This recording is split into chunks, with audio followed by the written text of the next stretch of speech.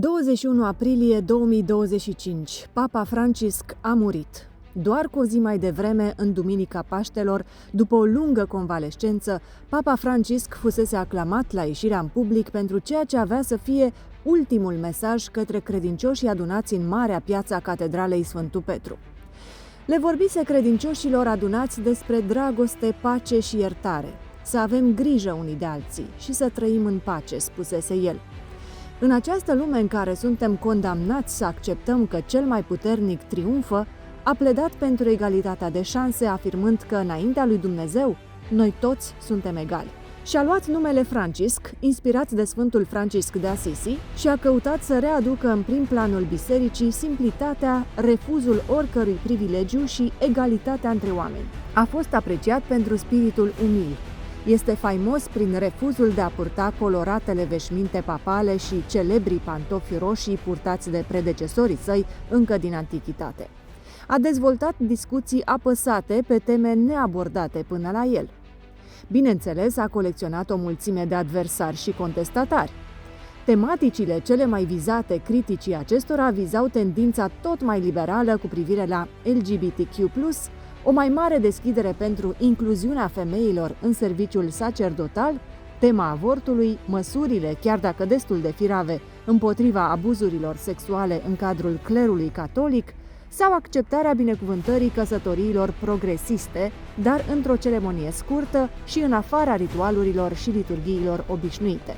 Dacă din perspectiva așteptărilor unei societăți moderne poate că poziția Papei Francisc poate părea normală, așteptările credincioșilor par să fi fost altele de la liderul celei mai mari biserici creștine, anume să-și fi formulat mesajele pastorale mult pe baza valorilor spirituale și morale ale Bibliei. Totuși, spunea Francisc, totul trebuie văzut drept un semn că Dumnezeu îi iubește pe toți oamenii la fel, menționând însă că, în continuare, biserica nu recunoaște căsătoria între persoane de același sex. Poate că această ultimă abordare alambicată, ca un pas înainte și doi înapoi, a fost ceea ce a caracterizat viziunea pastorală a Papei Francisc. Tocmai de aceea, contestatarii conservatori l-au acuzat de antagonizarea grupurilor canonice interne ale bisericii prin această ambivalență a deciziilor. De fapt, am avut de-a face cu o încercare a Papei Francisc de a face ca Biserica Catolică să rămână relevantă pentru mileniul 3 într-o perioadă de mare declin spiritual, religios și în același timp declin numeric. A abordat tema climatică venind cu o evanghelie ecologică pentru marile grupuri ecologiste. Astfel a fost mai degrabă un joc politic prin care biserica să ofere modernitate progresistă fără să abdice de la istorica tradiție religioasă. Dacă s-ar fi putut, desigur.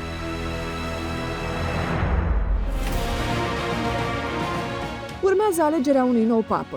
Puternica grupare conservatoare din Biserica Catolică probabil va încerca impunerea unui nou lider mai categoric, radical și fundamentalist și mult mai conservator față de normele tradiționale ale catolicismului. Ar fi chiar în ton cu schimbările politice de azi. Nu acestea sunt așteptările despre care se discută de mai mulți ani și care ne-ar aduce mult mai aproape de viziunea profetică a Apocalipsei cu privire la unitatea biserică-stat? Sigur, Papa Francisc a fost un lider religios important, s-a bucurat de o popularitate excepțională, a încercat să fie o punte între religii, între națiuni, un simbol al păcii și, poate, cea mai respectată personalitate a lumii. Așa că toți liderii lumii se pregătesc să-i aducă omagii, mai mult decât oricărui alt lider al acestui timp. Această atitudine nu reflectă în fapt consolidarea autorității instituției papale în lume? Având în vedere declinul din secolele trecute, culminând cu prizonieratul Papei Pius al VI-lea, dus în exil în 1799 de generalul francez Alexandre Berthier, această autoritate crescândă surprinde pe toată lumea. Surprinde, dar nu și pe cei ce citesc Biblia, pentru că profeția biblică evidențiază puternic aspecte determinante. După rana de moarte primită în timpul Revoluției franceze, această autoritate se va vindeca și tot pământul se miră. Adică exact lucrurile la care asistăm noi astăzi?